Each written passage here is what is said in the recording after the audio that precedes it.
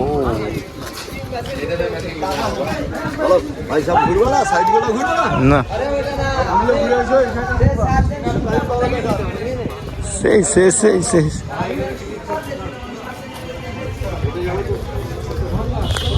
ডানদিকে যে সাদা রঙের যে বড় বিল্ডিংটা দাদা, নাম হচ্ছে ইমামবাড়া। ইমামবাড়া হচ্ছে মুসলিমদের তো এটা ধর্মস্থান জায়গা, মহরম হয় ভাই। হ্যাঁ, 10 দিনের জন্য পুরো বিল্ডিং খুলে দেয়। যে উপরে গম্বুজটা দেখছো ওটা হচ্ছে মদিনা ঘর। তাহলে মুসলিমদের গুরু কি আছে জানো? হাসান হুসেন, দুই ভাই। তাদের হাতের ছাপ, পায়ের ছাপ ওই ঘরে রাখা আছে। কোষ্টি পাথরে আরব থেকে আনা হয়েছে পাথর কাটিয়ে। কিন্তু মির্জাফরের ফ্যামিলি আছে যে বাদিকে বাড়িগুলো, এরা মির্জাফরের 9 জেনারেশন, সিরাজের কেউ না। সিরাজ স্বাধীন, এরা পরাধীন। এদের বংশ দ্বারা মহরম হলে ওই ঘরে গিয়ে চাকু ছুঁড়ো মারে, মানে বুকটুগুলো কাটে। হাই হোসেন হাই হাসান পড়ে মহরম ছাড়াও খোলে সপ্তাহে একদিন, সেটা হচ্ছে বৃহস্পতিবার। বৃহস্পতিবার সকাল 6টা থেকে নিয়ে সন্ধ্যা 6টা সব কাস্টের লোক ভেতরে যায়, ধূপকাঠি মোমবাতি জ্বালায়, বাড়িটা দেখে। বাড়িটা 6 থেকে 7 মাসে তৈরি হয়েছে 1847 সাল, মানে ইংরেজ পিরিয়ড। সেই পিরিয়ডে নবাবে টাকা খরচা হয়েছে বাড়িটার পেছনে 6 লাখ স্বর্ণমুদ্রা, মানে গোল্ড। তোমার সামনে দেখো বড় কামানটা, যদি জুম করে আসবে, ওই যে কালোটা দেখো, ওই কামানটার নামটা ইতিহাসে বাবু লিখে দিয়েছে এখন বাদশাহ ওয়ালি কামান। এই কামানটা একবার ছাড়তে কিন্তু ভয়ঙ্কর আওয়াজ হয়।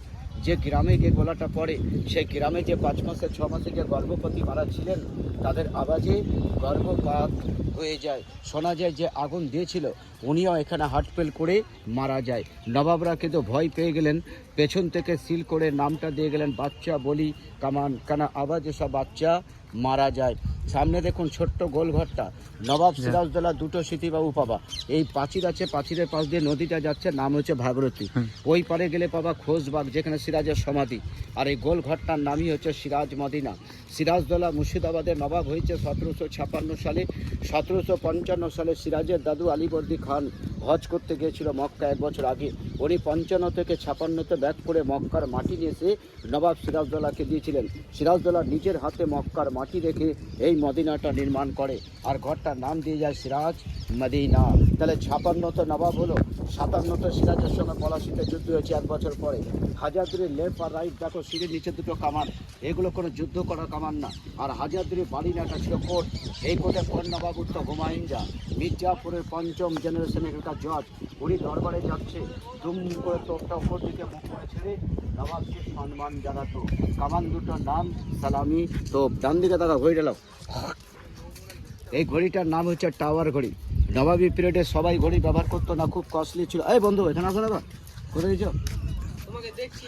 এই ঘড়িটা হচ্ছে টাওয়ার ঘড়ি। নবাবী পিরিয়ডে সবাই ঘড়ি ব্যবহার করতো না, খুব কস্টলি ছিল, চেনওয়ালা পকেট ঘড়ি নবাব রাজার জমিদার রাখতেন। তো এই হাজারদুয়ারি যখন কোর্ট ছিল, তখন হাজার হাজার কর্মচারী ঘড়িটার টাইম দেখে 10:30টার সময় ডিউটিতে আসতেন। ভাই ঘড়ি ছিল 4টে, 3খানা নেই, দেখো চুরি হয়ে গেছে। একটা ঘড়ি দেখো বন্ধ। ঘড়িটার সিস্টেম কি? বছরে 2বার দম দিতে হবে। দম মানে চাবি দিয়ে, 6 মাস পর পর গেট খুলে চাবি দিয়ে দেবে, সারা বছর চলতো। এখন কিন্তু চলছে না কিন্তু। হ্যাঁ, আর হাজারদুয়ারি সিরাজ মারা যাবার 72 বছর পরে তৈরি হয়েছে পুরোটা। এই বাড়িটা তৈরি করেছে কেউ? তৈরি করলেন, তৈরি করতে বাড়িটার টাইম লেগেছে 8 বছর। এই বাড়িটার কাজ শুরু হয় 1829 সালে।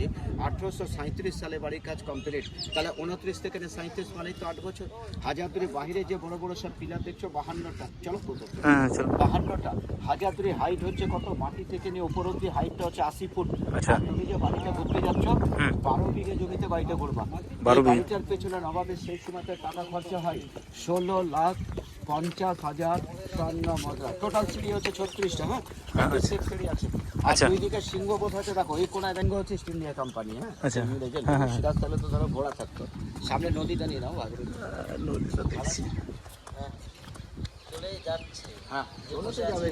চালাবার জন্য উপর বল দাদার সাথে দাঁড়া। নাম দেখো, ডান দিকে দরজাটা আসল, যেটা খোলা যাবে, কিন্তু বাঁ দিকেটা নকল, যেটা তুমি ধাক্কা দিলে খুলতে পারো। অনেক সেম গেটের মতো, তাই না? তাহলে আসলের মধ্যে নকল দেওয়ার কারণটা কি জেনে রাখেন? শত্রুকে ধোকা দিয়া, যে নবাবকে মেরে কেউ যেন দরবার থেকে না পালাতে পারে। তখন আপনি যান বাঁচাবেন না, গেট দেখবেন কালার, তাহলে যেখানে যাও সেখানে অ্যারেস্ট হয়ে যাবে। তখন কোনো জেল ছিল না, ডাইরেক্ট অর্ডার হতো সুরিয়ার ফাঁসি। তাহলে 900 অরিজিনাল, 100 ডুপ্লিকেট, 900 100 মিলিয়ে 1000। বাড়ির নাম কি? হাজারদুয়ারি। সামনে চলে আসুন, দেখো 1000টা গেটের মধ্যে মেন গেট এটা, আর ওই পাশে হচ্ছে ইমামবাড়ার মেন গেট এটা। দেখো দুটো স্টেট কিন্তু, তুমি ঘুরিলাম ওটা গেটটা আবার ঘুরে যাবে। 2 গেট সোজা রাখার মানে তো আছে। তোমরা এখন 3 নম্বর ঘরে যাবা, দোতলায় ঘরে দেখবা লেখা আছে ঘরে দরবার। দরবার মানে কি যেখানে বিচার হয়। বিচার তো হয়। ঘরে যাও গিয়ে দেখো সিংহাসন রাখা আছে রুমে, ওজনটা হচ্ছে 42 কেজির উপর। ওই সিংহাসনে সিরাজ বসেনি, বসলো হুমায়ুন যা। উনি ওখান থেকে বসে 3টে স্টেটকে চালিয়েছে, বাংলা, বিহার, উড়িষ্যা। কারণ এটা কোর্ট, এখানে বিচার। আর সিংহাসনের পাশে ডান দিকে দেখো হাতি দাঁতের হাওদা, রূপর, পালকি সব আছে। ডান দিকে কিছু পাখি রাখা আছে অরিজিনাল। তো অনেক পাখির মধ্যে দেখো বড় পাখিটা দলে সাইকেলের বসে আছে। আচ্ছা, ভিতরে কি আপনি যাবেন না? না, কাছে গিয়ে বলতে দেবে বলতে পারেন না? না, এটা সেন্ট্রাল চালাচ্ছে আচ্ছা। বাইকে বুঝে দাও, দূর থেকে কাছে বলতে আচ্ছা। ঠিক আছে। অনেক, আরে ওইটাই তো তোমার তো রেকর্ড তো হয়ে যাচ্ছে। হ্যাঁ হ্যাঁ, সে তো তো। অনেক পাখির মধ্যে বড় পাখিটা দলে বসে আছে। পাখিটার নামটা ক্লাস 8 বই লেখা আছে, হোমা পাখি। যে পাখিটা 1000 ফুট উপরে গিয়ে ডিম দেয় আর নিচে পড়তে পড়তে বাচ্চা হয়ে আকাশ উড়ে চলে যায়। তো সে হোমা পাখির নামে নবাব হুমায়ুন জানি যে বাড়ি বানালেন, সে বাড়িটার নাম দিয়ে গেল হেমা মঞ্জল। তাহলে নবাবের নাম হুমায়ুন যা, পাখির নাম হোমা পাখি, বিল্ডিং এর নাম হেমা মঞ্জল। নিচে দিয়ে যাবে, এটা এক্সাক্ট। হ্যাঁ হ্যাঁ। তো পাখিরা যখন দেখা হবে, পাখির উপর দেয়ালে একটা ভুঁড়ি মোটা লোকের ছবি আছে, হ্যাঁ। আচ্ছা। ওই লোকটা কিন্তু খাবার জন্য ভাই রেকর্ড। ওই লোকটা ডেলি সকালবেলায় 20 কেজি চালের বিরিয়ানি পোলাও একা ব্রেকফাস্ট করতেন, টিফিন। তো তখনকার যুগের। হ্যাঁ হ্যাঁ হ্যাঁ। তো ওনার খাবার দেখে নবাব খুব আনন্দ পেলে লোকটাকে ডেকে বললো, কাল থেকে তোমার কোনো কাজ নেই, কাল থেকে যত বেশি খাবা তত তোমার বেতন কিন্তু আমি বাড়িয়ে যাবো। হ্যাঁ, লোকটার নামটাই ওখানে দিয়ে আছে, আদমনি কৈলাস। আদমনি মানে তো 20 কেজি। 20 কেজি। আর ডান দিকে যত ছবি দেখতে পাবা নবাবদের, আর বাঁ দিকটা যাবা ব্রিটিশ গ্যালারি মানে ইংরেজের কাছে। তো লেখা আছে নবাবের ডাইনিং টেবিল, পুরো রূপোর। প্লেট রাখা আছে বাবু সোনার চামচ দিয়ে। প্লেটের নাম লিখে আছে টেস্টিং প্লেট, মানে নবাবদেরকে যে কোনো ফুড খাবার আগে না টেস্ট হতো। যদি কেউ বিষ খাইয়ে দেয়, ওই সাদা প্লেটে যদি হালকা পরিমাণে বিষ দেন, সাদা থেকে হয়ে যাবে ব্লু। আর যদি বেশি পরিমাণ বিষ দিয়ে থাকেন, ফট করে প্লেট ফেটে যাবে।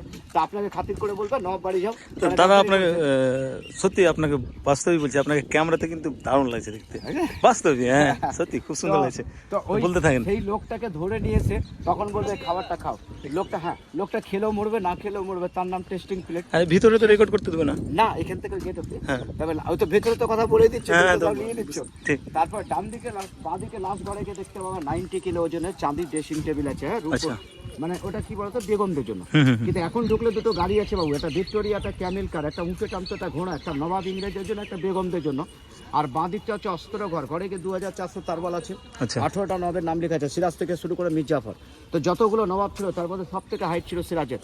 সিরাজের লম্বা ছিল 7 ফুট 2 ইঞ্চি। সিরাজের তারবাল হচ্ছে 4.5 ফুট, ওজনটা 4.5 কিলো। অস্ত্র ঘর দেখা হয়ে গেলে সিঁড়ি আছে বাঁদিকে, সিঁড়ির নিচে একটা কুমির রাখা আছে 10 ফুট লম্বা। এই কুমিরটাকে পাশে নদী থেকে 170 বছর আগে হুমায়ুন যা ঘাটে মেরেছিলেন।